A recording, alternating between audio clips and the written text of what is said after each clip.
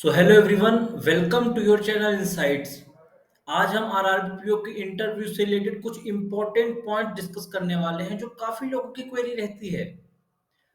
सबसे पहले आप जैसे ही इंटरव्यू का कॉल लेटर डाउनलोड करिएगा, अभी आउट हो चुके हैं वेबसाइट पे, तो मेक श्योर आप भी जल्दी से जल्दी डाउनलोड कर ले कॉल लेटर।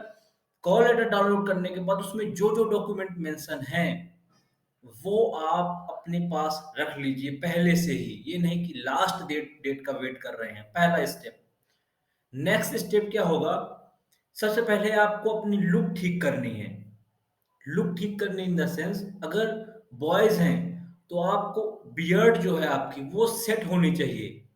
इंटरव्यू का मॉड्यूल बोलता है कि बियर्ड सेट होनी चाहिए, ना कि आप पूरा चिकना होके जाएं। बात समझ में आती है आपको? सेट इन द सेंस पूरी बियर्ड भी नहीं होनी चाहिए, हल्की हल्की अगर है तो आप रख सकते हैं।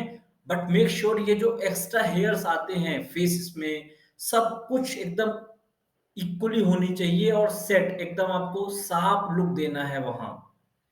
बहुत इंपॉर्टेंट चीज है क्योंकि लुक के भी नंबर होते हैं, ये पर्सनैलिटी में काफी मैटर करती है।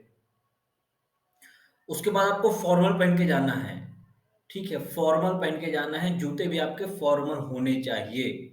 कोई भी यूनिवर्सिटी में आप पढ़ते हो तो अगर वहाँ फॉर्मल ड्रेस चलती है तो आप उसका ऑप्ट आउट कर सकते हैं इस इंटरव्यू के लिए। जैसे ही आप इंटरव्यू सेंटर पे पहुंचते हैं, पैनलिस्ट पूरे बैठे रहेंगे। उसके पहले कुछ डॉक्यूमेंट वेरिफिकेशन होता है, वो सब करने के बाद आपको भेज दिया जाएगा पैनलिस्ट के रूम पर, जहां पूरे पैनलिस्ट आपके सामने बैठे हुए होंगे।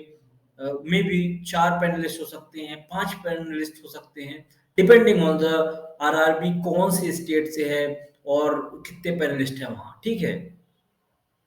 उसके बाद बीच में हेड बैठा होगा। हेड बैठा होगा इन द सेंस, पैनल में जो सबसे इंपॉर्टेंट होगा पर्सन वो बीच में बैठा होगा, मतलब उसकी पोजीशन या रैंक आज आसपास वाले लोगों से कुछ हायर होनी चाहिए। इनिशिएट वही करेगा, उनके पास आपके पूरे डॉक्यूमेंट्स होंगे, मतलब फॉर्म होंगे, आईबीपीएस का एप्लीकेशन जो भी आपने भरा होगा वहां पास वो फॉर्म आपके रिज्यूमे की ओर की तरह वर्क करता है। रिज्यूमे इन द सेंस जो भी आपने लिखा होगा, extra hobbies mention of course बाद में कराएंगे ही वो इंटरव्यू पूछने के दौरान। उसके पहले लैंग्वेजेस कितनी आती है, अगर आपको कुछ एक्स्ट्रा ऑर्डिनरी लैंग्वेजेस लिखी है उसके बारे में पूछ सकते हैं। लेकिन सबसे पहले वो नजर डालते हैं आपके एक्सपीरियंस पर। जी हाँ, वर्क एक्सपीरियंस पर। समझिए आप आरआरबी पीओ को इंटरव्यू दे रहे हैं और आप कहीं क्लर्क हैं, तो सबसे पहले वो नजर डालेंगे वर्क एक्सपीरियंस के कॉलम पर कि कितने साल हो गए हैं आपको एज अ क्लरिकल। अगर नहीं है कोई वर्क एक्सपीरियंस तो थोड़ा सा कम वेटेज या मार्क्स मिलने की संभावना है, थोड़ा सा कम, माइनर डिफरेंस आता है। समझिए आप क्लर्क हैं तो पहले से आपको थोड़ा बहुत एक्सपीरियंस होगा। You may handle in a better way to the customers, तो इसलिए वो आपको थोड़ा प्रायोरिटी देते हैं इन इंटरव्यू। ऑफ कोर्स जिस भी बैंक में आप हैं उसके बारे में आपको इन डेप्थ नॉलेज होनी चाहिए। जिस भी बैंक में आप काम कर रहे हैं उनके अभी प्रेजेंट में एमडी सीईओ कौन है, अभी कुछ इनोवेटिव स्टेप लिए हैं अगर आपकी बैंक ने, तो वो भी आपको पूरी पता होना चाहिए। उसके बाद आपसे पूछा जाएगा, ये सब जब वो देखेंगे ना आपका resume in the sense form, तो फिर आपको पूछा जाएगा introduce yourself. The first question will be introduce yourself. पूरी चीजें यहीं से स्टार्ट होंगी।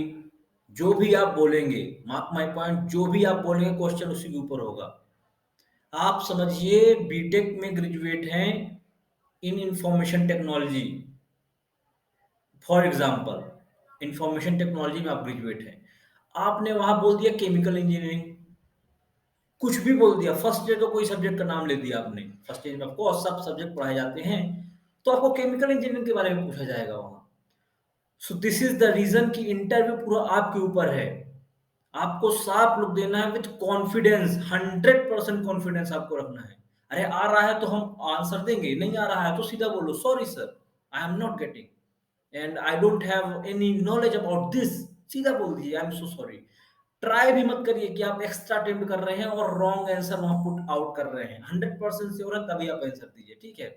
इन केस पैनलिस्ट एक दो बार अगर रिक्वेस्ट करता है कि you can make a guess, तब आप गेस कर सकते हैं।